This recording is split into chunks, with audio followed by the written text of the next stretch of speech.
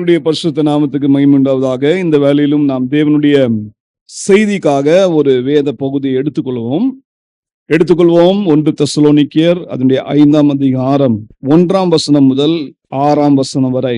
சகோதரரே, இவைகள் நடக்கும் காலங்களையும் சமயங்களையும் குறித்து உங்களுக்கு எழுத வேண்டுவதில்லை.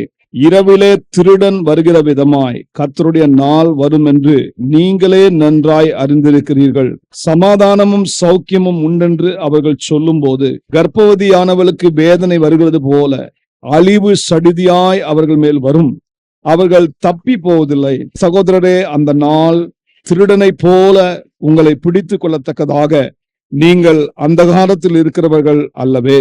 நீங்கள் எல்லாரும் வெளிச்சத்தின் பிள்ளைகளும் பகலின் பிள்ளைகளுமாய் இருக்கிறீர்கள். நாம் இரவுக்கும் இருளுக்கும் உள்ளானவர்கள் அல்லவே. ஆகையால் மற்றவர்கள் தூங்குகிறது போல நாம் தூங்காமல் விழித்து கொண்டு தெளிந்தவர்களாய் இருக்க கடவோம். கர்த்ததாமே இந்த வசனங்களை நமக்கு ஆசீர்வதிப்பாராக. ஜெபிப்போம். அப்பத்தை பிட்டு தாரும் அப்பா, அப்பத்தை பிட்டு தாரும், அப்பத்தை பிட்டு தாரும், அப்பா, அப்பத்தை பிட்டு தாரும், ஒப்பில்லா வார்த்தையாம் அப்பத்தை பிட்டு தாரும், ஒப்பில்லா வார்த்தையாம் அப்பத்தை பிட்டு தாரும், ஆசீர்வதித்தே அருளும் அப்பா, ஆசீர்வதித்தருளும், ஆசீர்வதித்தே அருளும் அப்பா, ஆசீர்வதித்தருளும், அப்போதம் ஆத்துமா அப்பத்தால் திருப்தியாகும், அப்போதம் ஆத்துமா அப்பத்தால் திருப்தியாகும். அன்பின் பரலோக தந்தையே, இந்த நல்ல வேலைக்காக நன்றி. இந்த வேலையிலே நாங்கள் நம்முடைய வசனங்களை வாசித்திருக்கிறோம். இதை தியானிக்கும் பொழுது கர்த்தர் எங்களோட பேசும்படியாய் ஜெபிக்கிறேன். எங்களை நம்முடைய சமூகத்தில் சமர்ப்பிக்கிறோம். ஆண்டவரே, அடியனை மறைத்து நீ வெளிப்படுவீராக. ஆவியானவர் தாமே எங்கள் ஒவ்வொருத்தரையும் உங்களுடைய வசனத்தின் வெளிச்சத்திலே நடத்தி உங்களுடைய சத்தியத்தை நாங்கள் கற்றுக்கொண்டு அந்த சத்தியத்தின்படி நடக்கவும் உங்களுடைய வருகைக்கென்று நாங்கள் ஆயத்தமாகவும் கர்த்தர் எங்களுக்கு கிருபை பாராட்டுவீராக. நீர் அப்படியே செய்வீரதுக்காக ஸ்தோத்திரம். இயேசு கிறிஸ்துவின் விலையேற பெற்ற நாமத்தில் இந்த ஜெபத்தை ஏறெடுக்கிறோம் நல்ல பிதாவே, ஆமென். இந்த வேளையிலும் நாம் இந்த வேத பகுதியை நாம் வாசித்தோம். அப்போஸ்தலனாகிய பவுல் ஆண்டவராகிய இயேசு கிறிஸ்துவின் ரகசிய வருகையை குறித்து இங்கு குறிப்பிடுகிறதை நாம் பார்க்கிறோம். பாருங்க, 2ஆம் வசனத்தை சொல்றாரு, இரவிலே திருடன் வருகிற விதமாய் கர்த்தருடைய நாள் வரும் என்று நீங்களே நன்றாய் அறிந்திருக்கிறீர்கள். தெசலோனிக்கே சபை விசுவாசிகளுக்கு அப்போஸ்தலன் பவுல் சொல்றாரு, நீங்கள் நன்றாகவே அறிந்திருக்கிறீர்களே. எந்த விஷயத்தை குறித்து? இயேசு கிறிஸ்துவின் ரகசிய வருகையை குறித்து நன்றாக அறிந்திருக்கிறார்கள். இன்னைக்கு நாம் ஆண்டவருடைய வருகையை நன்றாய் அறிந்திருக்கிறோமா? தேவ பிள்ளைகளாக நாம் வாழ்கிறோம். நாம் சபையில தேவனை ஆராதிக்கிறோம். ஒவ்வொரு நாளும் வேத வசனத்தை வாசித்து தியானிக்கிறோம், ஜெபிக்கிறோம், ஊழியம் செய்கிறோம். ஆனால் நம் இருதயத்திலே ஆண்டவராகிய இயேசு கிறிஸ்துவின் ரகசிய வருகையை குறித்த ஒரு வாஞ்சை இருக்கிறதா? இயேசு சீக்கிரமாய் வாரும் என்று நாம் ஜெபிக்கிறோமா?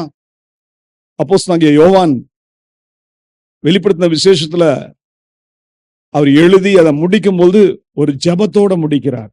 என்ன ஜெபம் அது? வெளிப்படுத்தின விசேஷம் 22ஆம் அதிகாரம் 20ஆம் வசனத்தை நாம் வாசிக்க போறோம். இவைகளை சாட்சியாக அறிவிக்கிறவர் மெய்யாகவே நான் சீக்கிரமாய் வருகிறேன் என்கிறார். ஆமென். கர்த்தராகிய இயேசுவே வாரும். பாருங்க, கர்த்தராகிய இயேசுவே வாரும். இதுதான் அப்போஸ்தலனாகிய யோவானுடைய விண்ணப்பம். நீங்க சீக்கிரமா வாங்க ஆண்டவரே. இயேசு கிறிஸ்துவின் இரு வருகை இருக்க போகிறது. முதல் வருகை, அவர் நமக்காக இரட்சகராக வந்தார், இந்த உலகத்தில் மனிதனாக வந்தார்.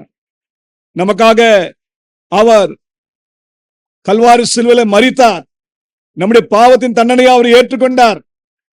அவர் நமக்காக இரட்சகராக வந்து இரட்சகருக்குரிய காரியத்தெல்லாம் நிறைவேற்றி, நம்முடைய இரட்சிப்பின் காரியத்தெல்லாம் அவர் நிறைவேற்றி முடித்து இவன் பரமேறி சென்று விட்டார். ஆனா பரமேறி சென்றவர் மீண்டும் வருவார் என்பது நமக்கு வேதம் கற்றுக் கொடுக்கிற மிக முக்கியமான சத்தியம். இயேசு கிறிஸ்து இந்த உலகத்துல அவர் மரித்து அடக்கம் பண்ணப்பட்ட பிறகு, உயிரோடு எழுந்த பிறகு, இதே உலகத்துல இதே பூமியில அவர் சீஷர்களோடு சம்பாஷித்தார்.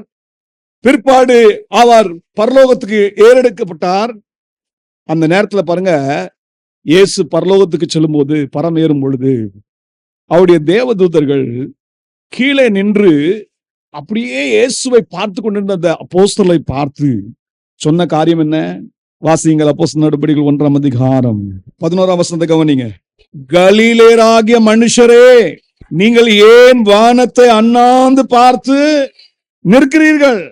உங்களிடத்தில் நின்று வானத்துக்கு எடுத்துக் கொள்ளப்பட்ட இந்த இயேசுவானவர் எப்படி உங்கள் கண்களுக்கு முன்பாக வானத்துக்கு எழுந்தருளி போனாரோ, அப்படியே மறுபடியும் வருவார் என்று சொல்லி அந்த தேவதூதர்கள் அப்போஸ்தலர்களுக்கு இந்த விஷயத்தை சொன்னார்கள்.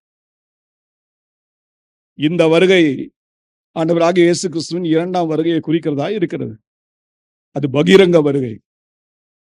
ஆனா தேவன் சபைக்கு ஒரு இன்னொரு வருகையை குறித்து சொல்லி இருக்கிறார். அது என்ன? ரகசிய வருகை.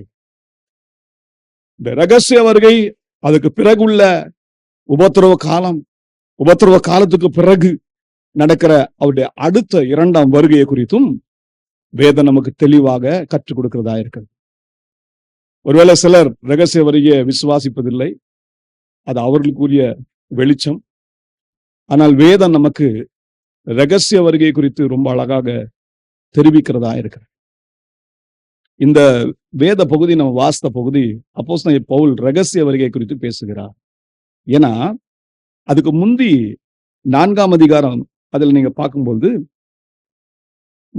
இந்த உலகத்துல மரிக்கிறவர்களை குறித்து சில விஷயங்கள் அவர் சொல்றாரு. அவர் சொல்றாரு, விசுவாசிகள் இந்த உலகத்துல மரிக்கிற தேவ பிள்ளைகளை குறித்து என்ன செய்யக்கூடாது? ரொம்ப நம்பிக்கை இல்லாம துக்கப்படவே கூடாது. ஏன்னா நம்பிக்கை இல்லாம துக்கிக்கும் பொழுது, புலம்பும் பொழுது கர்த்தர் அதுல பிரியப்படுகிறது இல்ல. கர்த்தருக்குள் மரிக்கிற தேவ பிள்ளைகள் அவர் பாக்கியவான்கள். ஏன் அவங்க பாக்கியவான்கள்? ஏனென்றால் இயேசுவானவர் எப்படி உயிரோடு எழுந்தாரோ அதே வண்ணமாய் கர்த்தருக்குள் மரிக்கிறவர்களும் ஒரு நாள் தேவனோடு எழுந்திருப்பார்கள். அந்த உயிர்த்தெழுதலில் அவர் பங்கடைவார்கள். அந்த விஷயத்தை அப்போஸ்தலன் பவுல் சொல்லிட்ட பிறகு அவர் சொல்றாரு, 4ஆம் அதிகாரம் 16ஆம் வசனத்தை கவனிங்க. ஏனெனில் கர்த்தர் தாமே ஆரவாரத்தோடும் பிரதான தூதனுடைய சத்தத்தோடும் தேவ எக்காலத்தோடும் வானத்திலிருந்து இறங்கி வருவார். அப்பொழுது கிறிஸ்துவுக்குள் மரித்தவர்கள் முதலாவது எழுந்திருப்பார்கள். பின்பு உயிரோடு இருக்கும் நாமும் கர்த்தருக்கு எதிர்கொண்டு போக மேகங்கள் மேல் அவர்களோட கூட ஆகாயத்தில் எடுத்துக்கொள்ளப்பட்டு இவ்விதமாய் எப்பொழுதும் கர்த்தருடனே கூட இருப்போம். நல்ல கவனிங்க, இதுதான் ரகசிய வருகை. மத்திய ஆகாயத்தில் இயேசு வருவார். அவர் உலகத்துல பூமியில வர மாட்டார், மத்திய ஆகாயத்துல வருவார். தம்முடைய சபையை அவர் எடுத்துக்கொள்வார். அது ஒரு மகிமையான நாள். அந்த மகிமையான நாளுக்காக நீங்களும் நானும் ஆயத்தமாயிருக்க வேண்டும். அதனால்தான் பவுல் சொல்றாரு, அந்த வருகை எப்படி இருக்க போதா? திருடன் வருகிற வண்ணமாய். அது எப்போ வரும்னு தெரியாது. இயேசு தாமே சொன்னார், அந்த நாள், அந்த நாளிகை பிதா தவிர வேறு ஒருவனும் அறியான். அப்போ தேவதூதர்கள் கூட இதை அறியார்கள். அப்படிப்பட்ட ரகசியம் பரலோகம் காக்கிறது. யாரை எடுத்துக்கொள்வதற்காக? இயேசு கிறிஸ்துவின் விலையேறப்பட்ட இரத்தத்தினால் மீட்கப்பட்டு சபையிலே சேர்த்துக் கொள்ளப்பட்ட பரிசுத்தவான்களை தேவன் எடுத்துக்கொள்ள போகிறார். ஆகவே நாம் அந்த வருகைக்கென்று எப்பொழுதுமே வாஞ்சியுள்ளவர்களா இருக்கணும். அதுக்கென்று நம்மை ஆயத்தமாக்கிக் கொள்ள வேண்டும். ஏன்னா திருடன் வருகிறவன் நம்மைதான் அந்த வருகை இருக்க போகுது. சொல்லிட்டு வர மாட்டாரு, சபைக்கு இந்த நாள்ல வருவேன், இந்த டேட்ல வருவேன், இந்த டைம்ல வருவேன் சொல்லிட்டு வர மாட்டாரு. அது ரகசியம்தான். ஆனால் இன்னொன்னு காரியம் நமக்கு தெளிவாய் தெரிந்திருக்க வேண்டும். நாம் அந்த வருகைக்கென்று ஆயத்தமாய் இருக்கிற பிள்ளைகளா இருப்போம் என்றால் அந்த நாள் நமக்கு ஒரு பெரிய சங்கடமான நாள் கிடைக்காது. அதான் என்ன சொல்ற பாருங்க, சகோதரரே, அந்த நாள் திருடனை போல உங்களை பிடித்து கொள்ளத்தக்கதாக நீங்கள் அந்தகாரத்தில் இருக்கிறவர்கள் அல்லவே. இப்ப நம்ம அந்தகாரத்துல வாழ்ந்தோம்னா கைவிடப்படுவோம். இந்த உலகத்தின் அசுத்தத்திலேயே உழன்று இருப்போம் என்றால் கைவிடப்படுவோம். ஆனா நம்ம விழிப்புடன் இருந்து நம்முடைய பரிசுத்தத்தை காத்து கொண்டு நாம் ஜீவிப்போம் என்றால், நாம் வெளிச்சத்தின் பிள்ளைகளாக இருப்போம் என்றால், ஒரு நாளும் அந்த வருகையில நாம் கைவிடப்பட போவதில்லை. ஆகவே நாம் ரொம்ப தெளிவா இருக்கணும், நம்ம ரொம்ப கவனமா இருக்கணும், விழிப்பா இருக்கணும், ஜாக்கிரதையா இருக்கணும். ஆண்டவராக இயேசு கிறிஸ்துவின் இந்த ரகசிய வருகைக்கென்று தேவன் நம்மை ஆயத்தப்படுத்துவாராக. இந்த காலவேளையில வருகையை குறித்து தான் உங்களுடைய சில காரியங்களை பகிர்ந்து கொள்ள போகிறேன். எப்படி அந்த வருகைக்கென்று நம்மை ஆயத்தமாக்க வேண்டும். ஏன்னா கடைசி காலம் என்பது உங்களுக்கும் தெரியும், எனக்கும் தெரியும். இந்த கடைசி காலத்தின் அடையாளத்தை குறித்து இயேசு தாமே சொன்னார். நம்முடைய வருகைக்கு முன்பாக எப்படிப்பட்ட ஒரு காலம் இருக்குமா, நோவாவின் காலத்தை போல அது இருக்குமா, லோத்துவின் காலத்தை போல இருக்கும். அப்படின்னா நோவாவின் காலத்தையும் லோத்துவின் காலத்தையும் நீங்களும் நானும் அறிந்து கொள்ள வேண்டும் என்றால் பழைய ஏற்பாட்டுக்கு செல்ல வேண்டும். ஆதியாகமத்தில் போய் நாம் வாசித்தாதான் நோவின் காலம் எப்படி இருந்தது. ஆதியாகமம் 6ஆம் அதிகாரத்தை வாசித்தீங்கன்னா நோவின் காலத்தை குறித்து ரொம்ப அழகா தெளிவாக அங்கே ஆவியானவர் நமக்கு எழுதி வைத்திருக்கிறார். பாவம் பெருகும், பாவம் தன்னுடைய உச்சக்கட்டத்துல இருக்கும். அந்த நேரத்துல எப்படி நோவாவின் காலத்துல ஒரு பெரிய தேவ கோபாக்கினை வந்து, பிரளயம் வந்து, பெரு வெள்ளம் வந்து அழித்து போட்டதோ, அதே வண்ணமாய் ஆண்டவராகிய இயேசு கிறிஸ்துவின் வருகைக்கு முன்பாகவும் நடக்கும். பாருங்க, நான் சொன்னேன் ரகசிய வருகை, தேவனுடைய 2ஆம் வருகை. இந்த ரெண்டுத்துக்குமே ஆயத்தமாவதற்கு இந்த கண்டிஷன் மிக முக்கியம். கடைசி காலத்தின் அடையாளங்கள் சொன்னா ரகசிய வருகைக்கும் அதே பொருந்தும், அதே போல 2ஆம் வருகைக்கும் அதுதான் பொருந்தும். ஆண்டுடைய ரகசிய வருகை அது 2ஆம் வருகைக்கு முன்னாடி இருக்கிறது. அப்போ இந்த கடைசி காலம் எப்படி இருக்க போகுதுன்னா, நோவாவின் காலம் போல மிக கொடுமையான ஒரு நாட்களாய் இருக்கும். பாவம் பெருகும். தானியேல் சொல்றது போல அறிவு பெருகும். இன்னும் வேதத்துல அநேக சம்பவங்கள் நாம் வாசிக்கிறோம், வேத பகுதியில வாசிக்கிறோம். இயேசு தாமே நமக்கு சொன்னார், இந்த கடைசி காலம் எப்படி இருக்குமா, அது வஞ்சகம் நிறைந்த ஒரு காலம், துருபதேசங்கள் பரவுகிற ஒரு காலம், பொய்யான தீர்க்க தரிசனங்கள் பரவுகிற ஒரு காலம். நாம் தான் கிறிஸ்து என்று சொல்லி தேவ பிள்ளைகளை வஞ்சிக்கிற மக்கள் எழும்புகிற ஒரு காலம் இது. அந்த காலகட்டத்தில் நம்ம வந்துட்டோம். யுத்தங்களின் செய்திகள், பூமி அதிர்ச்சிகள், பஞ்சங்கள், கொள்ளை நோய்கள் இதெல்லாம் பரவுகிற ஒரு நாட்கள். நம்ம அதெல்லாம் பார்த்துட்டோம். அதெல்லாம் ஆரம்பம் என்று சொன்னார்.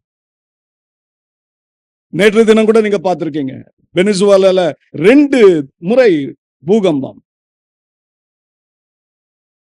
1000க்கு மேலானோர் பலியாகிவிட்டார்கள். இன்னும் 1,00,000 பேர் இறந்திருக்கலாம் என்று சந்தேகப்படுகிறார்கள். பெரிய பெரிய பூமி அதிர்ச்சிகள். இந்த பூமி அதிர்ச்சிகள் வந்தாலே ஆட்டோமேட்டிக்கா அடுத்த பஞ்சம், அடுத்தது அது கொள்ளை நோய், இதெல்லாம் இதோட சேர்ந்து வருகிறது. இன்னைக்கு அநேக பஞ்சங்கள் உள்ள தேசங்கள் இன்னைக்கும் இருக்கிறது. இதேவனமாய் நீங்க பாக்குறீங்க, ஒரு தெய்வீக அன்பு குறைந்திருக்கிற ஒரு காலம், விசுவாசம் குறைந்திருக்கிற ஒரு காலம். இதெல்லாம் கடைசி காலத்தின் அடையாளங்கள்ல மிக முக்கியமான அடையாளங்கள். இதெல்லாம் நம்ம தெரிஞ்சிட்டு நம்ம எப்படி இருக்கிறோம், நம்ம எப்படி வாழ்றோம், நம்ம எப்பொழுதுமே நம்ம ஆயத்தப்படுத்த வேண்டும். அதனால்தான் வருகைக்கு ஆயத்தமாவதற்கு நாம் செய்ய வேண்டிய சில குறிப்புகளை உங்கள் மத்தியில் வைக்க விரும்புகிறேன். வருகையில எடுத்துக்கொள்ளப்படுவதற்கு தேவன் நம்மை சபையில சேர்த்து கொண்டதுக்குள்ள ஒரு முக்கியமான நோக்கம் என்ன தெரியுமா? நம்ம சபை கூடி வரும்போது நம்ம அந்த வருகைக்கு ஆயத்தமாகணும். எபிரேயர் 10ஆம் அதிகாரம் 25ஆம் வசனத்தை வாசிக்கலாமா? சபை கூடி வருதலை சிலர் விட்டு விடுகிறது போல நாமும் விட்டு விடாமல் ஒருவருக்கொருவர் புத்தி சொல்ல கடவோம். நாளானது சமீபித்து வருகிறதை எவ்வளவாய் பார்க்கிறீர்களோ அவ்வளவாய் புத்தி சொல்ல வேண்டும். அவ்வளவாய் புத்தி சொல்ல வேண்டும். ரகசிய வருகையில எடுத்துக்கொள்ளப்படணும் அப்படின்னு சொன்னா அது சபைக்கு தான் அந்த ரகசிய வருகை. சபைய இயேசுவின் மனவாட்டியாக சித்தரிக்கப்படுகிறார். அப்போ சபையில வர்ற தேவ பிள்ளைகளாகிய நாம் சபை கூடி வருதலை ஒரு நாள் அசட்டை பண்ணிடவே கூடாது. சபை கூடி வருதல் நமக்கு ஒரு கொண்டாட்டத்தின் நாளா இருக்கணும். தேவனை மகிமைப்படுத்துகிற ஒரு நேரமா மாறணும். தேவனை கனப்படுத்துகிற ஒரு நேரமா மாறணும். நன்றா கவனிங்க. இன்னைக்கு அநேகர் சபை கூடி வர்றத ஏதோ சபையில போய் அட்டெண்டன்ஸ் கொடுக்கறதுன்னு நினைச்சிருக்காங்க. அது அல்ல. சபை கூடி வருதல் என்பது ஒரு நல்ல ஆரோக்கியமான ஒரு ஐக்கியத்தை காட்டுகிறதா இருக்கிறது.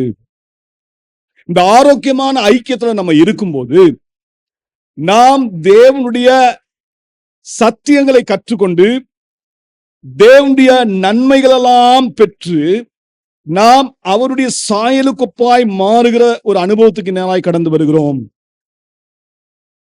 சபை கூடி வருகிற ஒவ்வொரு தேவ பிள்ளைகளும் உண்மையான அர்த்தத்தோடு அதை கொண்டாடுவார்கள் என்றால் ஒன்று சொல்லட்டும், ஆண்டவர் நம்மை அவருடைய சாயலுக்குப்பாய் மாற்ற ஆரம்பிப்பார். நீங்க தேவ பிள்ளைகளுடைய ஐக்கியத்துல நிச்சயம் காணப்பட வேண்டும். ஆகவேதான் சொன்னாரு, சபை கூடி வருதலை யாரெல்லாம் விட்டு விட்டார்களோ அவங்களுக்கு போய் புத்தி சொல்லுங்க. ஏன்னா நாளானது சமீபித்து வருகிறது எவ்வளவாய் பார்க்கிறீர்களோ அவ்வளவாய் போய் புத்தி சொல்லுங்க. மீதி எல்லா விஷயத்திலையும் நீங்க சென்று விடலாம், அதுக்கெல்லாம் நேரம் ஒதுக்கலாம்.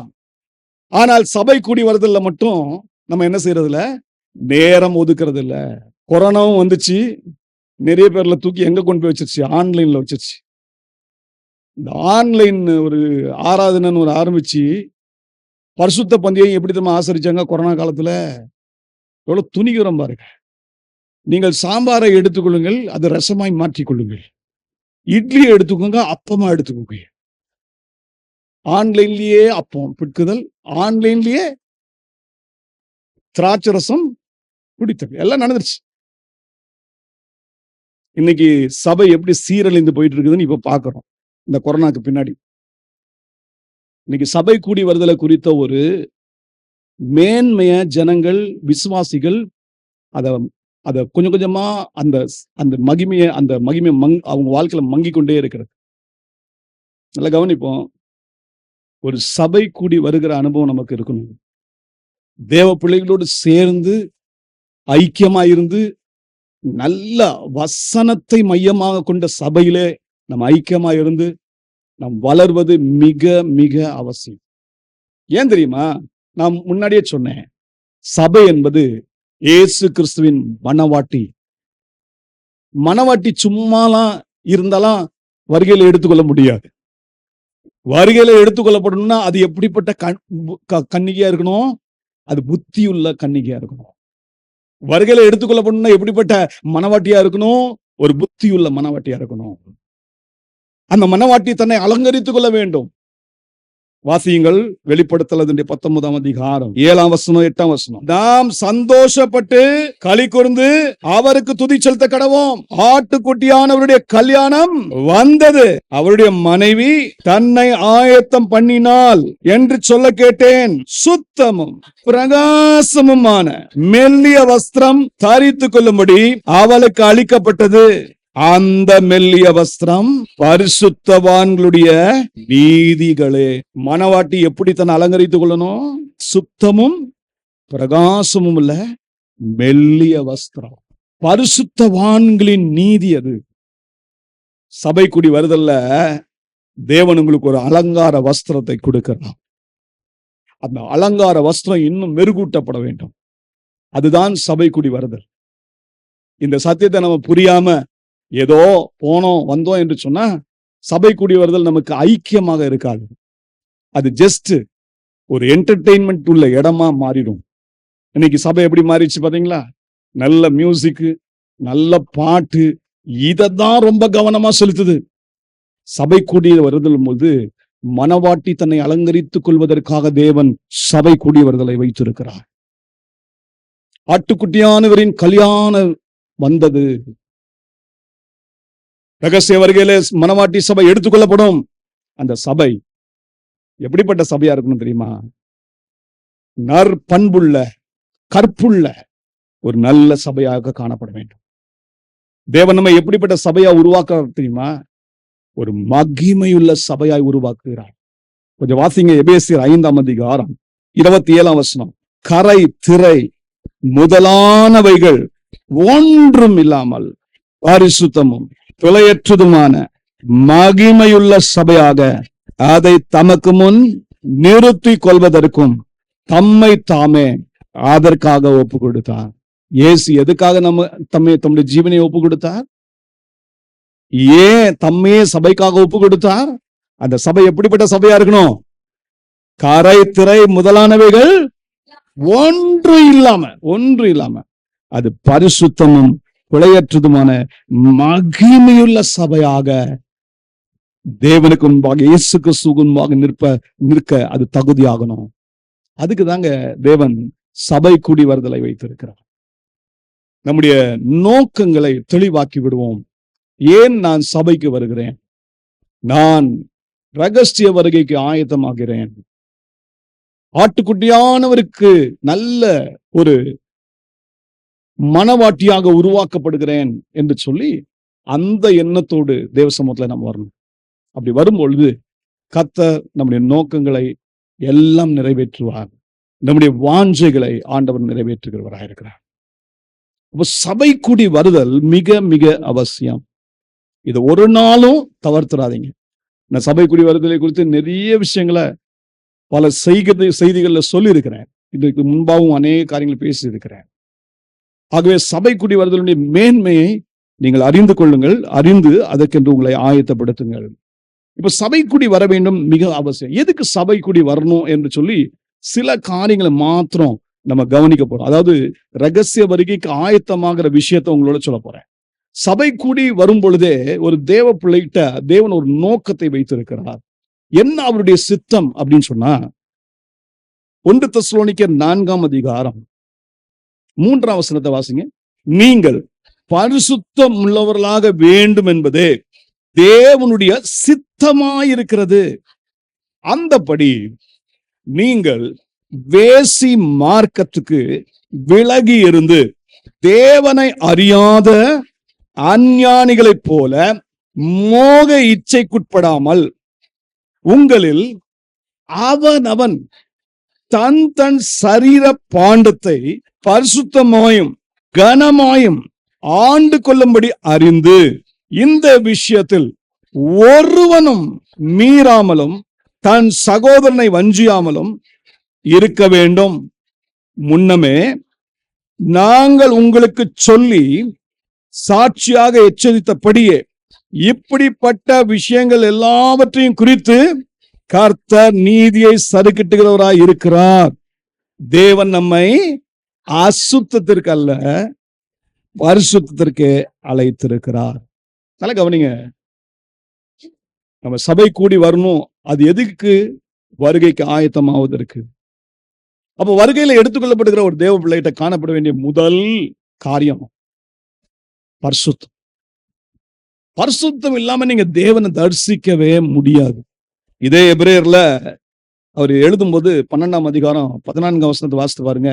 யாவரோடும் சமாதானமா இருக்கவும் பரிசுத்தம் உள்ளவர்களாய் இருக்கவும் நாடுங்கள். பரிசுத்தம் இல்லாமல் ஒருவனும் கர்த்தரை தரிசிப்பது இல்லையே. கவனிங்க.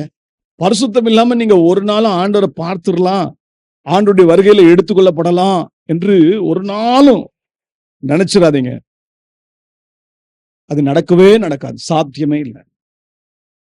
பேதுரு தன்னுடைய நிருபத்தில் எழுதும்போது 1வது நிருபத்தில் எழுதுறார், உங்கள் நடக்கைகள் எல்லாவற்றிலும் பரிசுத்தம் உள்ளவர்களாய் இருங்கள். ஏன்? நம்ம ஆராதிக்கிற தேவன் யாருன்னு தெரியுமா? அவர் பரிசுத்தம் உள்ள தேவன். அவர் பேர் பரிசுத்தர், பரிசுத்தர், பரிசுத்தர். பரலோகத்திலே தேவதூதர்களின் சேனை சிங்காசனத்துல வீட்டிருக்கிற நம்முடைய தேவனை எப்படி ஆராதிக்கிறது? சேனைகளின் கர்த்தர் பரிசுத்தர், பரிசுத்தர், பரிசுத்தர். அப்படின்னா தேவன் நம்மிடத்திலிருந்து எதிர்பார்க்கிறது அதான். நாம் பரிசுத்தமாய் இருக்க வேண்டும் என்பதை தேவன் வாஞ்சிக்கிறவராயிருக்கிறார். வருகையில எடுத்துக்கொள்ளப்பட்டிருக்கிறவர்கள் நிச்சயமாகவே பரிசுத்தம் உள்ளவர்களாய் இருக்கணும். அதை இன்னும் தெளிவா இதே தெசலோனிக்கருக்கு எழுதும்போது பவுல் சொல்றார். 1 தெசலோனிக்கர் 5 அதன் 23ஆம் வசனத்தை பாருங்க. சமாதானத்தின் தேவன் தாமே உங்களை முற்றிலும் பரிசுத்தமாக்குவாராக. உங்கள் ஆவி, ஆத்மா, சரீரம் முழுவதும் நம்முடைய கர்த்தராகிய இயேசு கிறிஸ்து வரும்போது குற்றமற்றதாயிருக்கும்படி காக்கப்படுவதாக. பவுல் தன்னுடைய இந்த நிருபத்தை முடிக்கும் பொழுது அந்த பரிசுத்த தேவ பிள்ளைகளுக்காக எப்படி முடிக்கிறார்னா, சமாதானத்தின் தேவன் தாமே உங்களை என்ன செய்வாராக? முற்றிலும், முற்றிலும் பகுதி பகுதியில முற்றிலும் பரிசுத்தப்படுத்துவாராக, பரிசுத்தமாக்குவாராக. முற்றிலும் என்று சொல்லும் பொழுது ஆவி, ஆத்மா, சரீரம். நம்முடைய ஆவி, ஆத்மா, சரீரம் மூன்றும் இயேசு கிறிஸ்துவின் ரகசிய வருகையிலே அது எடுத்துக்கொள்ளப்படணும் அப்படின்னு சொன்னா அது கரை திரை அற்றதாய் காணப்பட வேண்டும். தேவன் அதை எதிர்பார்க்கிறார். இது நம்மால் முடியாது, தேவனால் மாத்திரமே முடியும். அதனால்தான் ஆண்டவர் ஓய்வு நாள் ஆசிரிக்கும் போது இஸ்ரவேலர்களுக்கு என்ன கற்றுக் கொடுத்தார் தெரியுமா? என் பரிசுத்த நாளை பரிசுத்தமாய் ஆசரிப்பாயாக. எப்படி? பரிசுத்தமாய் ஆசரிப்பாயாக. உன்னை பரிசுத்தமாக்குகிற கர்த்தர் நானே. வார்த்தையை கவனிங்க, எப்படி அழகா சொல்றார். என் பரிசுத்த நாளை, என் ஓய்வு நாளை பரிசுத்தமாய் ஆசரிப்பாயாக. அடுத்ததை சொல்றது, உன்னை பரிசுத்தமாக்குகிற கர்த்தர் நானே. நம்ம முயற்சியில பரிசுத்தமாய் வாழ்ந்துடவே முடியாது. எங்கேயாவது ஒரு சின்ன கரை திற வந்துடும். ஆனா அதுல இருந்து காப்பாற்றப்படணும் அப்படின்னு சொன்னா நாம் தேவனுடைய சபை கூடி வருதலை எப்படி ஆசரிக்கணும்னா அது மகிமை நாளாக, அது மேன்மையான நாளாக கருதி அதை நீங்கள் ஆசரித்து பாருங்க. தேவனுடைய உபதேசத்தை கேட்டு அதன்படி நடந்து பாருங்க. ஒன்று சொல்லட்டும், நீங்களும் நானும் கரை திரை அற்ற பரிசுத்தவான்களாய் மாறுவோம். இது யார் செய்வார்னு கேட்டீங்கன்னா தேவன் தாமே செய்வார். அப்போ பரிசுத்தம் மிக மிக அவசியம். பரிசுத்தம் இல்லாம நம்ம ஒரு நாளும் தேவனை தரிசிக்க போறதில்ல. அப்போஸ்தலன் யோவான்கிட்ட கேட்டு பாருங்க, அவர் சொல்வார், நாம் இப்பொழுது எப்படி இருக்கிறோம் என்று அறிந்திருக்கிறோம். 1 யோவான் 3ஆம் அதிகாரம் அதனுடைய 2ஆம் வசனம் 3ஆம் வசனத்தை வாசித்து பாருங்க. பிரியமானவர்களே, இப்பொழுது தேவனுடைய பிள்ளைகளாய் இருக்கிறோம், இனி எவ்விதமாய் இருப்போம் என்று இன்னும் வெளிப்படவில்லை. ஆகிலும் அவர் வெளிப்படும் போது அவர் இருக்கிற வண்ணமாகவே நாம் அவரை தரிசிப்பதினால் அவருக்கு ஒப்பாய் இருப்போம் என்று அறிந்திருக்கிறோம். இப்படிப்பட்ட நம்பிக்கை வைத்திருக்கிற எவனும் அவர் சுத்தமுள்ளவராய் இருக்கிறது போல தன்னையும் சுத்திகரித்துக் கொள்கிறான். நம்ம ஒரு நாள் ஆண்டவராக இயேசு கிறிஸ்துவை சந்திக்க போறோம். அப்படி வருகையில எடுத்துக்கொள்ளப்படணும் அப்படின்னு சொன்னா அவர் இருக்கிற வண்ணமாகவே நாம் இருக்கணும். அப்போ அவர் சுத்தராய் இருக்கிறார், நாமும் நம்மை சுத்திகரித்துக் கொள்ள பழகணும். இந்த சுத்திகரிக்கிறதுக்கு தான் தேவன் நமக்கு என்ன கொடுத்திருக்கிறார் அப்படின்னு சொன்னா அவருடைய வசனத்தை நமக்கு கொடுத்திருக்கிறார். 2 பேதுரு 1ஆம் அதிகாரம் 19ஆம் வசனத்தை வாசிக்கலாம். அதிக உறுதியாக தீர்க்க தரிசன வசனமும் நமக்கு உண்டு. பொழுது விடிந்து விடிவெள்ளி உங்கள் இருதயங்களில் உதிக்கும் அளவும் இருளுள்ள ஸ்தலத்தில் பிரகாசிக்கிற விளக்கை போன்ற அவ்வசனத்தை கவனித்திருப்பது நலமாயிருக்கும். வேதத்தில் உள்ள எந்த தீர்க்க தரிசனமும் சுயதோற்றமான பொருளை உடையவதாய் இராதென்று நீங்கள் முந்தி அறிய வேண்டியது, தீர்க்க தரிசனமானது ஒரு காலத்திலும் மனுஷனுடைய சித்தத்தினாலே உண்டாகவில்லை, தேவனுடைய பரிசுத்த மனுஷர்கள் பரிசுத்த ஆவியினாலே ஏவப்பட்டு பேசினார்கள். நல்ல கவனிங்க, கர்த்தருடைய வார்த்தை அந்த தீர்க்க தரிசனமான வார்த்தையை நமக்கு கொடுத்திருக்கிறார். பரிசுத்த ஆவியானவருடைய ஏவுதலின்படி பரிசுத்த தீர்க்கதரிசிகள், தேவ பிள்ளைகள் அதை நமக்கு எழுதி கொடுத்திருக்கிறார்கள். அது என்ன செய்து, அந்த வசனம் என்ன செய்து தெரியுமா? பொழுது விடிந்து விடிவெள்ளி உங்கள் இருதயங்களில் உதிக்கும் அளவும். இந்த வசனம் நமக்கு என்ன தருது? ஒளியை தருது, வெளிச்சத்தை தருது. எப்படிப்பட்ட இடத்துல? இருளுள்ள ஸ்தலத்தில். நம்ம இந்த உலகத்துல வாழ்றோம், இது இருள் நிறைந்த ஒரு இடம். இருளுள்ள ஸ்தலத்தில் பிரகாசிக்கிற விளக்கை போன்ற அவ்வசனத்தை நம்ம வாழ்றது. இந்த உலகத்துல எப்படிப்பட்ட காலத்துல வாழ்றோம்? ரகசிய வருகைக்கு முன்பாக நான் சொன்னேன், வருகைக்கான அடையாளத்தை சொன்னேன். நோவாவின் காலம் எப்படி இருந்ததோ அப்படிதான் இந்த காலம் இருக்க போகிறது. லோத்துவின் காலம் எப்படி இருந்ததோ அப்படிதான் இந்த காலம் இருக்க போகிறது. அப்படி என்றால் அசுத்தமான கிரியைகள் அதிகரித்துக் கொண்டே இருக்க போகிறது. பாவம் நிறைந்த ஒரு சூழ்நிலைக்குள்ளே நாம் இருக்கிறோம். ஆனா இந்த இடத்துல கூட, இந்த இருளுள்ள இந்த ஸ்தலத்துல கூட நாம் கர்த்தருக்கென்று பிரகாசிக்க வேண்டும் என்றால், நாம் ஒரு பரிசுத்தமான ஒரு வாழ்க்கை வாழ வேண்டும் என்று சொன்னால், தேவன் நமக்கு எதை கொடுத்திருக்கிறார்? நம்முடைய தீர்க்க தரிசனமான வசனங்களை கொடுத்திருக்கிறார்.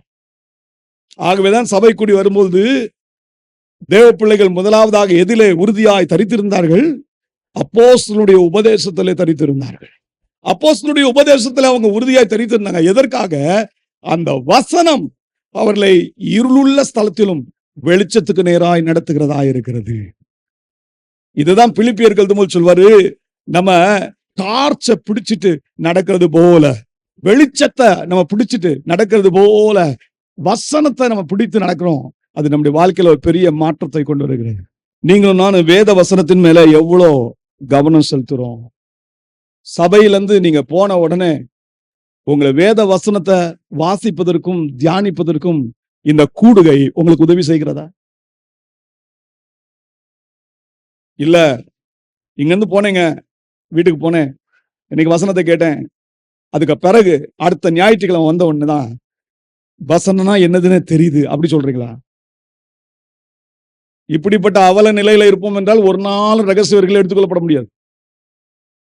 ரகசிய வருகையில் எடுத்துக்கொள்ளப்படணும் அப்படின்னு சொன்னா சபை கூடி வருவதற்கான ஒரு நோக்கம் இருக்கிறது. அங்க தேவன் தம்முடைய உபதேச வசனங்களை நமக்கு கற்றுத்தருகிறார், உபதேச சட்டங்களை கற்றுத்தருகிறார். அந்த உபதேச சட்டங்களுக்கு நாம் செவி சாய்த்து ஒவ்வொரு நாளும் அந்த வசனத்துக்கு நம்முடைய வாழ்க்கையில முக்கியத்துவம் கொடுத்து நம்ம அதை வாஞ்சியோடு படித்து வாசித்து தியானிப்போம் என்றால் அந்த வசனம் என்ன தெரியுமா செய்யும்? நம்மளை சுத்திகரிக்க ஆரம்பிச்சிடும்.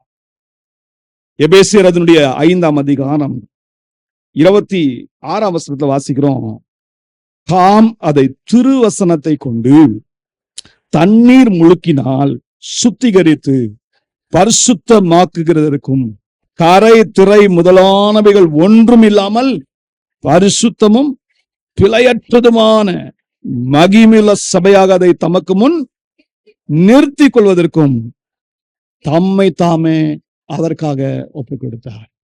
இயேசு நம்மை சுத்திகரிப்பதற்கு எதை பயன்படுத்துகிறார்? தம்முடைய வசனத்தை பயன்படுத்துகிறார். கவனிங்க, வசனம் அது திருவசனம், பரிசுத்த வசனம். அந்த வசனத்தை கொண்டு தண்ணீர் முழுக்கினால் சுத்திகரித்து என்ன செய்யறார்? பரிசுத்தமாக்குகிறார். இன்னைக்கு தேவ பிள்ளைகளே, நம்முடைய வாழ்க்கையில வேத வசனத்துக்கு அதிகமான முக்கியத்துவம் நம்ம கொடுக்கிறோமா? சபை கூடி வருதல் நம்ம எதற்கு நேரா நடத்தணும் கேட்டீங்கன்னா, வேதத்தின் மேல் பிரியம் வைப்பதற்கு நம்மை நடத்த வேண்டும். சங்கீதக்காரன் சொல்லும்போது சொல்வார், நான் துன்மார்க்கருடைய அந்த வழியில நடக்க மாட்டேன், நான் பாவிகளுடைய வழியில நான் நடக்க மாட்டேன், நான் பரியாசக்கார உட்கார மாட்டேன். எல்லாம் நல்ல விஷயம்தான். நம்ம எல்லாம் மனம் திரும்பி தேவ பிள்ளைகளா மாறி ஞானஸ்நான சத்தியத்துக்கு கீழ்ப்படியும் போது இதை தான் சொன்னோம். இனி நான் பாவத்துக்கு நோ, அநீதிக்கு நோ அப்படின்னு சொன்னீங்க தானே? ஞானஸ்நானம் எடுத்து சபைக்குள்ள சேர்த்துக் கொள்ளப்பட்ட பிறகு என்ன செய்யறோம்? இன்னைக்கு நம்மளால சொல்ல முடியுதா? சரி, அது சொன்னா மட்டும் போதுமா? சங்கீதக்காரன் அதோட அது நிறைவடைந்தது சொல்ல. நம்ம இது உட்காரக்கூடாது, இதுல உட்காரக்கூடாது, இதுல நடக்கக்கூடாது, இத பார்க்க கூடாது, இது மட்டும் அதை செய்துட்டு நம்ம முற்றுப்புள்ளி வைப்போம்னா நம்ம பரிசுத்தமாக முடியாது. பரிசுத்தமாகணும்னா என்ன செய்யணும்? கர்த்தருடைய வேதத்தின் மேல் பிரியமாயிருந்து இரவும் பகலும் அதுல தியானமாயிருக்கிற மனுஷன் பாக்கியம். கர்த்தருடைய வசனம் நமக்கு பிரியமா இருக்கா? வசன வெளிச்சத்துல தான் பிசாசு நம்மள தூரமாக்கிடுவாங்க. ஏன்னா அவனுக்கு தெரியும், இயேசுவின் ரத்தத்தால் மீட்கப்பட்ட தேவ பிள்ளைகளை ஆண்டவர் எப்படி பரிசுத்தமாக்குறாருன்னா நம்முடைய வசனத்தை கொண்டு. அப்ப அந்த வசனத்துக்கு நீங்க முக்கியத்துவம் கொடுக்கல அப்படின்னு சொன்னா என்ன நடந்துடும்? பரிசுத்தமாகிற அந்த அந்த ப்ராசஸ் அப்படி நின்னுரும். ஒவ்வொரு நாளும் என்ன செய்யுங்க? வேத வசனத்தை பிரியத்தோடு வாசிங்க. ஆண்டுட்டு சொல்லுங்க, பிரியம் இல்லைன்னு சொல்லுங்க, ஆண்டவரே இந்த வேத வசனம் இன்னும் எனக்கு பிரியம் வரல, எனக்கு கிருபையா இறங்கும், எனக்கு இது மேல என்ன தாங்க? பிரியத்தை தாங்க. நிறைய ஜெபம் பண்ணணும்ல, சுகம் கிடைக்கிறதுக்கு ஜெபம் பண்றோம், வேலை கிடைக்கிறதுக்கு ஜெபம் பண்றோம், நல்ல வீடு வேணும் ஜெபம் பண்றோம், எல்லாம் ரைட் தான். இந்த நல்ல விஷயத்துக்காக ஜெபம் பண்ணுங்க. ஆண்டவரே உம்முடைய வசனத்து மேல நான் பிரியம் வைக்கணும், உம்முடைய வசனத்தை நான் தியானிக்கணும், அதுவே என் உணவாய் மாறணும், அதுவே என்னுடைய நோக்கமா மாறணும் அப்படின்னு ஜெபம் பண்ணுங்களேன். எவ்வளவு சந்தோஷப்படுவார் என் ஆண்டவர். சந்தோஷப்படுறது மாத்திரமல்ல, அந்த வேத வசனத்தின் வெளிச்சத்தில் நடத்தி நம்மை அவருக்கேற்ற பரிசுத்தத்தில் நம்மை நடத்துகிறவராயிருக்கிறார். நம்ம பரிசுத்தம் இல்லைங்க, அவருக்கேற்ற பரிசுத்தம். பழைய ஏற்பாட்டை முடிக்கும் பொழுது தேவன் ஒரு அங்கலாய்ப்போடு முடித்தார். என்ன அங்கலாய்ப்பு தெரியுமா? தேவ ஜனங்கள்ட்ட ஏதோ ஒன்று காணப்படல. என்னது? தேவன் பிரியப்படும் பரிசுத்தம், தேவன் விரும்பும் பரிசுத்தம் அவங்களிடத்தில் காணப்படவில்லையா? நம்ம பரிசுத்தம் எப்படின்னா, மனிதனோட ஒப்பிட்டு நான் இவங்களை காட்டிலும் நல்லவன், நான் இவங்களை காட்டிலும் பரிசுத்தம் அப்படின்னு சொல்லிடுவோம். அதுல தேவன் பிரியப்பட மாட்டார். இந்த உலகத்துல நீதி செய்கிறவர்கள் அநேகம் உண்டு. பரிசுத்தவான்களின் நீதி வேற, நம்முடைய உலகத்தின் மனிதன் நீதி வேற. நம்முடைய நீதியெல்லாம் அவருடைய பார்வையில் எப்படி இருக்கு தெரியுமா? குப்பையும் கந்தையுமா இருக்கு. ஒருவேளை நம்முடைய நீதி மற்றவர்களுக்கு உதவி செய்வது, தான தர்மம் பண்ணுவது எல்லாம் நல்லதுதான், உண்மைதான், அது நீதிதான், நீதி இல்லைன்னு சொல்ல. ஆனா அதை மாத்திரம் நீங்க செய்வீங்கன்னா ஆண்டவர் எப்படி பார்க்கிறாருன்னா, அது குப்பையும் கந்தையுமாய் பார்க்கிறார். filthy rags. ஆனா பரிசுத்தவான்களின் நீதின்னு ஒண்ணு இருக்கு. அந்த நீதி எப்படி கிடைக்குது தெரியுமா? வசனத்தின் மூலமாக கிடைக்கிறது. இந்த நீதி நீங்க பெற்றுக்கொள்வீங்கன்னா இது உங்களுக்கு அலங்காரமாய் மாறும். இதுதான் கிறிஸ்துவின் மனவாட்டியின் அடையாளம். நல்ல ஞாபகத்தில் வைத்துக் கொள்ளுங்க. வசனத்தின் மேல எனக்கு என்ன தாங்க? பிரியம் தாங்க. இந்த கடைசி காலத்துல நான் சொன்னேன், ஒரு பஞ்சம் வருமா? என்ன பஞ்சம்? வசனத்தை கேட்க கூடாத ஒரு பஞ்சம் வரும். அது இப்ப வந்துருச்சு. ஏன்னா இன்னைக்கு வசனத்தை ஒழுங்கா படிக்கிறதே கிடையாது, ஒழுங்கா அதை வியாக்கியானம் செய்யறதே கிடையாது. அவங்கவுங்க தான் இஷ்டத்துக்கு எப்படி தோணுச்சோ அப்படி அப்படிலாம் வசனத்தை என்ன செய்யாச்சு? பிரசங்கம் பண்ணியாச்சு. இன்னைக்கு தேவ பிள்ளைகளே, இந்த கடைசி காலத்துல நம்ம ஆண்டவர்கிட்ட கேட்போம், ஆண்டவருடைய உண்மையான வசன வெளிச்சத்துல என்ன நடத்தும்? தீத்துக்கும் தீமோத்தேயுக்கும் அப்போஸ்தலனாகிய பவுல் சொல்லும்போது சொல்லுவாரு, ஆரோக்கியமான உபதேசத்தை கற்றுக்கொள் பிரசங்கி. ஆரோக்கியமான உபதேசம். எப்படிப்பட்ட உபதேசம்? ஆரோக்கியமான. இன்னைக்கு இந்த ஆரோக்கியமான உபதேசம் நம்ம என்ன தெரியுமா செய்யும்? பரிசுத்தமாக்கும். பரிசுத்தமாக்கும். இது பரிசுத்தத்துக்கு ஒரு முக்கியமான ஒரு பகுதி. அதான் சொன்னேன், நீங்க நல்ல வேதத்தின் மேல பிரியம் வைக்கிற பிள்ளைகளாக இருக்கணும். இரண்டாவது, சபை கூடி வருதல்ல தேவன் நமக்கு கற்றுக் கொடுக்க அடுத்த பாடம் என்ன தெரியுமா? ஜெபி, ஜெபி, ஜெபி. இதோட நான் நிப்பாட்டி விட மாட்டேன். ஜபத்திலே விழித்திரு, ஜபத்திலே விழித்திரு. சபைக்கு தலை யாரு? ஆண்டவராக இயேசு கிறிஸ்து. அப்படித்தானே? இயேசு கிறிஸ்து சொன்ன வார்த்தையை நம்ம கவனிப்போமா? வாசியுங்கள். மார்க் அதனுடைய 13ஆம் அதிகாரம்.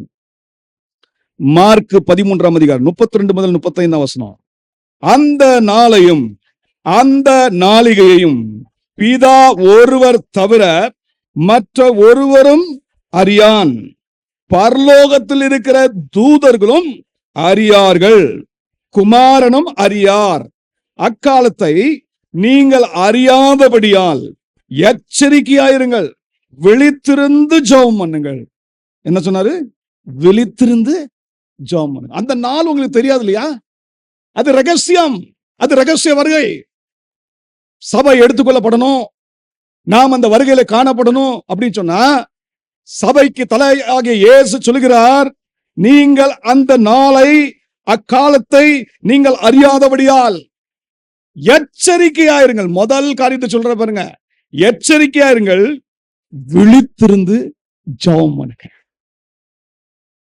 சபை கூடி வருதல் உங்களை ஜெபத்துக்கு நேரம் நடத்துதா? வேத வசனத்தை பிரியத்தோடு வாசித்து தியானிக்கிறதோடு மாத்திரம் இல்ல, ஜபத்திலே ஜாக்கிரதையா இருங்க, விழிப்பாரு. ஜபம் தேவனோடு உள்ள நம்முடைய உறவை காட்டுகிறது. ஆண்டவற்றிலிருந்து நம்ம கற்றுக்கொள்கிற இடம் ஜபம், ஆண்டவரோடு பேசுவது ஜபம். ஜபத்துல 2 காரியம் நடக்கும். நம்ம மட்டும் பேசிட்டு இருக்க மாட்டோம், அவர் சொல்றத கேட்கணும். அதே போல அவர் சொல்றபடி நம்ம ஜபிக்கணும். அதனாலதான் பரிசுத்தவான்கள் எல்லாம் ஆவிக்குள் ஆகி ஜெபம் பண்ணுவாங்க. நல்ல ஆவியில ஜெபம் பண்ணுவாங்க. இந்த ஆவியில ஜெபம் பண்றது எதை காட்டுது? ஆண்டவரோடு உள்ள உறவு என்ன ஒரு நெருக்கமா இருக்கிறது என்பதை காட்டுகிறது. நம்முடைய ஆவி தேவனுடைய ஆவியோடு இணைந்து சம்பாஷிக்கிற, உறவாடுகிற ஒரு நேரம் தான் ஜெபம். அதனாலதான் ஆண்டு சொன்னாரு, எச்சரிக்கையா இருங்க, விழித்திருந்து ஜெபம் பண்ணுங்க. கடைசி காலத்துல ஆண்டு சமூகத்துல நம்ம நிக்கணும், மனுஷகுமாரனுக்கு முன்பாக நிக்கணும். அப்படின்னா அதுல என்ன செய்யணுமா? இயேசு தாமே சொன்ன வார்த்தையை உங்களுக்கு சொல்லுகிறேன். லூக்கா 21:36. ஆகையால் இனி சம்பவிக்க போகிற இவைகளுக்கெல்லாம் நீங்கள் தப்பி மனுஷகுமாரனுக்கு முன்பாக நிற்க பாத்திரவான்களாய் எண்ணப்படுகிறதற்கு எப்பொழுதும் ஜெபம் பண்ணி விழித்திருங்கள் என்றார். ஜெபம் பண்ணி விழித்திருங்கள். இந்த 2 வார்த்தையை நீங்க ரொம்ப கவனிக்கணும். ஜெபம் பண்ணுங்கன்னு சொல்ல, இன்னைக்கு நிறைய பேர் ஜெபம் பண்றாங்க. ஜெபம் பண்றதுல விழிப்பு தேவைங்க, விழிப்பு தேவை. ஏன் அப்படின்னு சொன்னா, நமக்குள்ள ஒரு உணர்வுல இருந்துட்டே இருக்கணும். தேவன் பேசுகிறத நம்மால் கேட்க முடியணும். நிறைய நேரங்களில் நமக்குள்ள உணர்வுல இருதயம் இருல, அதனால நம்ம பாட்டுக்கு ஜெபம் பண்றோம். ஏதோ ஆண்டவர் கேட்டுருவாரு நினைச்சிட்டு உட்காந்துருக்கோம். அவர் சொல்றத ஒரு நாள் காது கொடுத்து கேட்கறது. உணர்வுள்ள இருதயம் நமக்குள்ள இருக்கணும். அதே போல ஜெபிக்கும் பொழுது ஏதோ கடமைக்காக ஜெபித்தோம் சொல்லக்கூடாது. விசுவாசம் நிறைந்த ஒரு ஜெபமாய் நம்முடைய ஜெபம் காணப்படணும். லூக்கா 18 ஆண்டவராகிய இயேசு கிறிஸ்து இந்த சத்தியத்தை சொன்னார். சோர்ந்து போகாமல் நீங்கள் ஜெபியுங்கள் என்று சொல்லி அவங்களை உற்சாகப்படுத்திட்டு ஒரு காரியத்தை நமக்கு சுட்டி காட்டினார். மனுஷகுமாரன் வரும்போது விசுவாசத்தை காண்பாரோ. விசுவாசிய சொல்ல, விசுவாசத்தை சொல்றாரு. அப்படின்னா ஜெபிக்கிற விசுவாசி விசுவாசத்தோடு ஜெபிக்காம இருக்கிறான்னு அர்த்தம். நம்ம யார்கிட்ட ஜெபிக்கிறோம் என்பது நமக்கு தெரியணும். நாம் நம்முடைய தகப்பனோடு ஜெபிக்கிறோம், நம்மை ரட்சித்த தேவனோடு ஜெபிக்கிறோம். அப்படின்னா நம்ம எப்படி அந்த உறவை இன்டாக்டா வச்சுக்கணும். விசுவாசம் இல்லாமல் தேவனை நம்ம ஒரு நாள் பிரியப்படுத்தவே முடியாது. அப்ப நம்முடைய ஜெபத்துல கவனம் தேவை, விழிப்பா இருக்கணும், விசுவாசம் தேவை, உணர்வுள்ள இருதயம் தேவை, கீழ்ப்படிதல் தேவை. எந்த ஜெபத்தை தேவன் கேட்க மாட்டார்? வசனத்துக்கு கீழ்ப்படியாதவன் இவனுடைய ஜெபத்தை தேவன் கேட்கவே மாட்டார். தேவ பிள்ளைகிட்ட தேவன் எதை எதிர்பார்க்கிறார்? அவர் சொன்ன வார்த்தைகளுக்கு அப்படியே நம்ம கீழ்ப்படிக்கிறோமா, அவருடைய வசனத்தின்படி நடக்கிறோமா என்று பார்ப்பார். அப்பதான் நம்ம ஜெபம் அவருக்கு இப்படி பார்வையில பிரீதியான ஜெபமா இருக்கும். நல்லா கவனிப்போம், நம்முடைய ஜெபம் எவ்வாறாக இருக்கிறது. ஆகவேதான் அப்போஸ்தலனாகிய பவுல் தெசலோனிக்க இந்த மக்களுக்கு வருகை குறித்து பேசும்போது என்ன சொன்னார் தெரியுமா? 5ஆம் அதிகாரம் 16ஆம் வசனத்தை கவனிங்க. 1 தெசலோனிக்கேயர் 5:16. எப்பொழுதும் சந்தோஷமா இருங்கள், இடைவிடாமல் ஜெபம் பண்ணுங்கள், எல்லாவற்றிலேயும் ஸ்தோத்திரம் செய்யுங்கள். அப்படி செய்வதே கிறிஸ்து இயேசுவுக்குள் உங்களை குறித்து தேவனுடைய சித்தமா இருக்குது. அப்போ சந்தோஷமா இருக்கணும். சந்தோஷம் எப்போ வரும்? நம்பிக்கை இருந்தா தான் சந்தோஷம் வரும். ஆண்டவர் மேல நமக்கு நம்பிக்கை, ஜீவனுள்ள தேவன் மேல் நம்முடைய நம்பிக்கை இருக்கா? நீங்க நிறைய பேர் வருகையில கைவிடப்படுகிற நிலையில இருக்காங்க. ஏன் தெரியுமா? எப்ப பார்த்தாலும் லௌகிக கவலை தான், இந்த உலகத்தின் கவலைகள். லூக்கா 21 சொல்லாம இல்ல, ஆண்டு சொன்னாரு, உங்கள் இருதயம் பெருந்துண்டியினாலும் லௌகிக கவலைகளினாலும் இச்சையினாலும் பாரம் அடையாதபடிக்கு எச்சரிக்கையா இருக்கணுமா? நல்ல கவனிங்க. நினையான நேரத்தில் இயேசு வருவார். விசுவாசியே காது கொடுத்து கேள், சபையே காது கொடுத்து கேள். உங்க இருதயம் எதனால பாரம் அடைய கூடாது? லௌகிக கவலை, இச்சை, பெருந்தீண்டி. அப்போ சந்தோஷமா இருக்கிற மனுஷன் ஒரு நாள் கவலைப்பட மாட்டான். கவலை வரும், வராதுன்னு சொல்ல மாட்டேன், வரும். நம்மளாம் மனுஷங்க தான். அதுக்காக தான் தேவன் சபை கூடி வர்றதுல நம்மளை கொண்டு வராது. ஏன் கொண்டு வராது? இந்த ஐக்கியத்துல ஏன் வைக்கிறாரு? உங்களை உற்சாகப்படுத்துறதுக்காக. நம்முடைய வசனத்தை கொண்டு உற்சாகப்படுத்துறாரு, அந்த நம்பிக்கையை ஊட்டுறார். நீங்க தேவ சமூகத்துல இருந்து போன பிறகு உங்க அன்றாட வாழ்க்கையில நீங்க இந்த உலகத்தை சந்திக்கும் போது, இந்த உலகத்துல நீங்க பிரவேசிக்கும் போது நீங்க ஒரு நம்பிக்கையோட இருப்பீங்க. அந்த நம்பிக்கை உங்க வாழ்க்கையில என்ன செய்யும்னா, தேவனுடைய பலத்தினால் உங்களை இடைக்கட்டும். சந்தோஷமா இருக்கிறது நமக்கு நல்ல பலனுங்க. அதனால சந்தோஷமா இருங்க.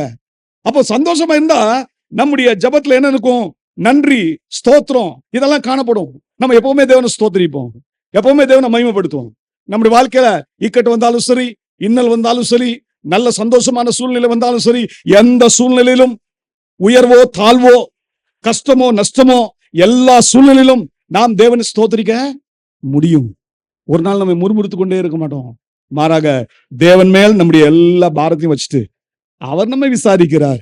ஆகவே நாம் நம்முடைய கவலைகள்லாம் என்ன செய்வோம்? அவர் மேல வைத்து விடுவோம்.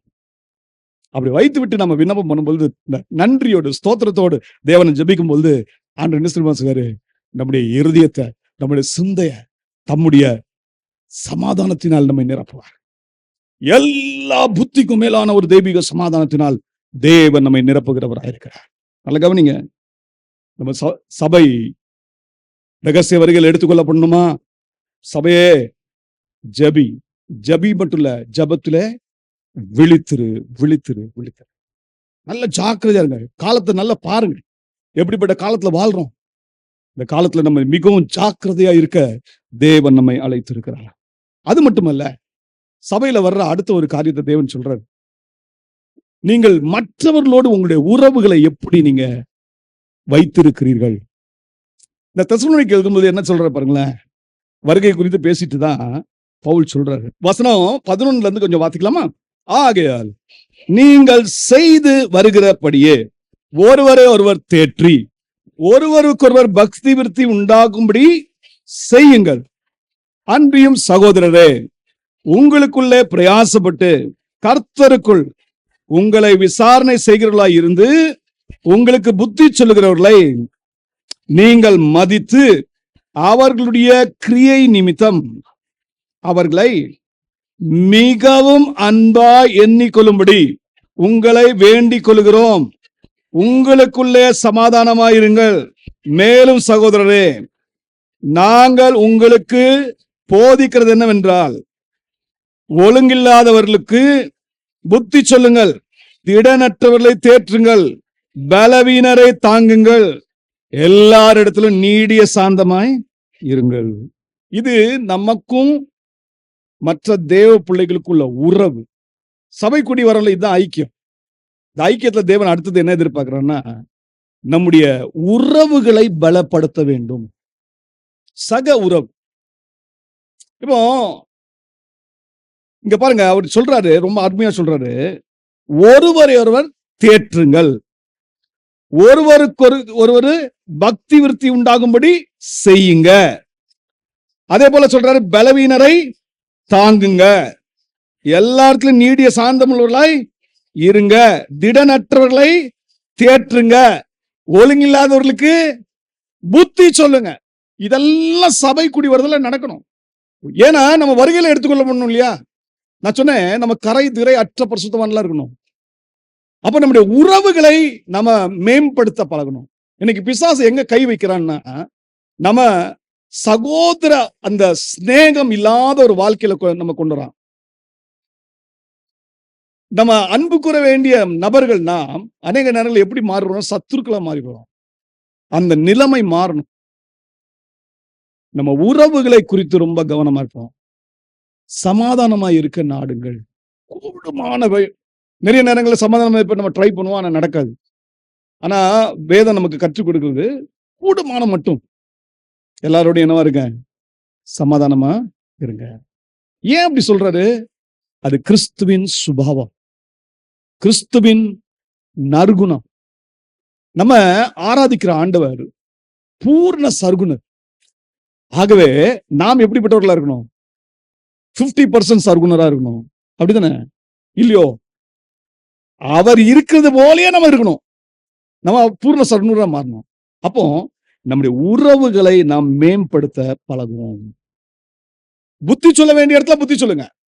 இப்ப சில பேர் பாத்தீங்கன்னா ஒழுங்கா வேலை பார்க்க மாட்டாங்க, சோம்பல் உள்ளவர்களா இருப்பாங்க. அவங்கள அன்பு கூறுறேன்னு சொல்லக்கூடாது. அந்த மக்களுக்கு என்ன செய்யணும்? கொஞ்சம் புத்தி சொல்லணும், புத்தி சொல்லணும், கடிந்து கொள்ளணும். ஏன்னா வருகையில எடுத்துக்கொள்ளப்படணும்னு நினைச்சுக்கோங்களேன். சோம்பேறிகள் வருகையில எடுத்துக்கொள்ளப்பட முடியாது.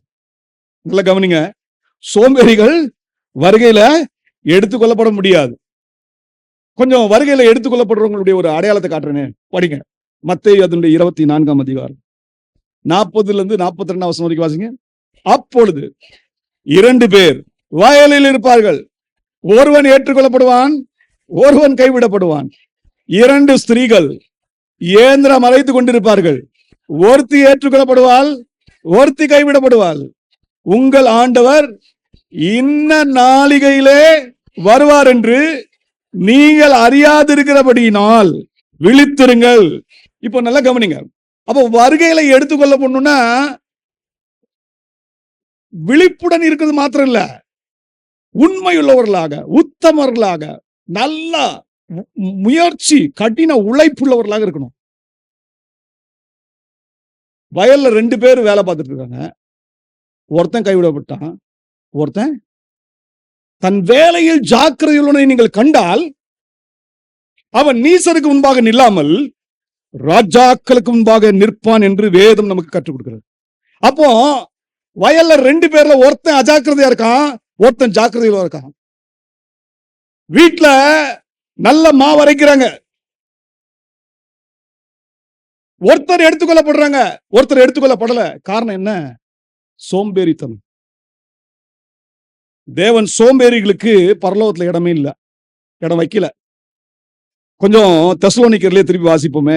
கொஞ்சம் பவுல் எப்படி கொஞ்சம் கண்டிப்பா பேசுறாரு. 2 தெசலோனிக்கர் 3ஆம் அதிகாரம் 8ஆம் வசனத்தை கவனிங்க. ஒருவனிடத்தில் இலவசமாய் சாப்பிடாமலும் உங்களில் ஒருவனுக்கும் பாரமாய் இராதபடிக்கு இரவும் பகலும் பிரயாசத்தோடும் வருத்தத்தோடும் வேலை செய்து சாப்பிட்டோம். எப்படி பவுல் தன்னை குறித்து எப்படி சொல்றாரு? இப்படிதான் இருக்கணும்னு சொல்லிட்டு அடுத்தது யாருக்கு புத்திமதி சொல்றாரு? ஒருவன் வேலை செய்ய மனதில்லாதிருந்தால் அவன் சாப்பிடவும் கூடாதென்று நாங்கள் உங்களிடத்தில் இருந்தபோது உங்களுக்கு கட்டளையிட்டோமே. பாத்தீங்களா? அவர் சபையில் இருக்கும்போது இத போதனையா கொடுத்திருக்காரு. யாரெல்லாம் வேலை செய்யாம சோம்பேறியா இருக்காங்களோ என்ன செய்யக்கூடாது? சாப்பிடவே கூடாது. விசுவாசி சோம்பேறியா இருக்கவே கூடாது. அல்லேலூயா. கவனிச்சீங்களா? அப்போ உறவுகள் சரியாக்கப்படணும். அப்படின்னா நம்ம நல்ல புத்திமதிகளை சொல்லணும். சில நேரங்களில் நல்ல புத்திமதி சொன்னாதான் நிறைய டைம் என்ன இருக்கு, ஐக்கியமே கெட்டு போகுது. அது போலியான ஐக்கியம். நல்ல ஐக்கியம் கெட்டு போகாது. நல்ல கவனிங்க, போலியான ஐக்கியம் விட்டுட்டு ஓடிடுவாங்க.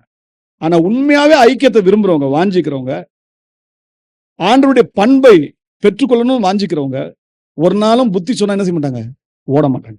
அவங்க அந்த புத்திமதியை ஏற்றுக்கொள்வாங்க, கடிந்து கொள்வதில் ஏற்றுக்கொள்வாங்க. கடிந்து கொள்ளுதலை நிராகரிக்கிறவன் புத்தியினன், மூடன். தாவீது சொல்வாரு, நீதிமான் என்னை குட்டட்டும், அது என் தலைக்கு எண்ணெயை போல இருக்கிறது. என்ன குளிர்ச்சியா இருக்குன்னு பாருங்களேன். அப்போ சபையில புத்திமதி சொல்லணும், விசாரிக்கணும், தேற்றணும். எல்லா டைமும் கடிந்து கொண்டு இருக்க கூடாது. அவங்களுக்கு தேற்ற வேண்டிய நேரத்தை தேற்றணும். அதே போல ஊழியக்காரர்களோடு விசுவாசி எப்படி இருக்கணும்? நல்ல மதிப்பு கொடுத்து இருக்கணும்னு அழகா சொல்லிட்டாரு.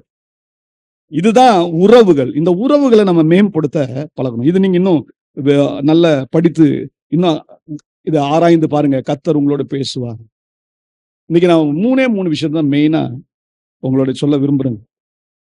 ரகசிய வரிகளை எடுத்துக்கொள்ளப்படணுமா அப்படின்னா, சபை கூடி வருதலை விட்டுறாதீங்க. அந்த சபை கூடி வருதல் நமக்கு 3 காரியத்தை செய்வதற்கு நம்மை பணிக்கிறது, நம்மை உற்சாகப்படுத்துகிறது. என்னது? வேத வசனத்தின் மேல பிரியம் வைக்கணும், தியானிக்கணும், அதன்படி செயல்படணும். 2வது, விழிப்புடன் ஜெபிக்கும்படியாய் நமக்கு கற்றுத்தருகிறது. 3வது, நம்முடைய சக விசுவாசிகளோடு நல்ல ஒரு உறவை நாம் வைத்துக் கொள்ள வேண்டும். அப்படின்னா கூட இருக்கிறவங்களுடைய நன்மையை நாம் வாஞ்சிக்கிற பிள்ளைகளாக இருக்கணும். சோம்பேறியா இருந்தா அவனை ஏன் கடிந்து கொள்ளணும்னா அன்பின் நிமித்தம் தான். அவன் நாளைக்கு கெட்டு போயிடக்கூடாது. அதுதான். ஒருத்தர் பலவீனமா இருக்காங்களா, தேற்றணும். ஏன்? அந்த பலவீனத்திலே அவங்க மாண்டு போயிடக்கூடாது, உற்சாகப்படுத்தும். இதாங்க சக உறவு. இதை நம்ம செய்ய பழகிட்டோம்னு வச்சுக்கோங்களேன், வருகையில நிச்சயம் எடுத்துக்கொள்ளப்படுவோம். ஆண்டவர்கிட்ட கேளுங்க, ஆண்டவரே உங்களுடைய ரகசிய வருகையில நான் எடுத்துக்கொள்ளப்படணும், எனக்கு கிருபை தாங்கப்பா, உம்முடைய ஐக்கியத்துல நான் நிலைத்திருக்க எனக்கு உதவி செய்யுங்க, உம்முடைய வேத வசனத்துல பிரியம் வைக்க எனக்கு உதவி செய்யுங்க, உம்மிடத்தில் ஜெபிக்க, ஜெபத்திலே விழிப்பா இருக்க உதவி செய்யுங்க, சக விசுவாசிகளோடு நல்ல ஒரு உறவை நான் காத்துக்கொள்ள உதவி செய்யுங்க. எல்லாம் ஜெபிப்போமா?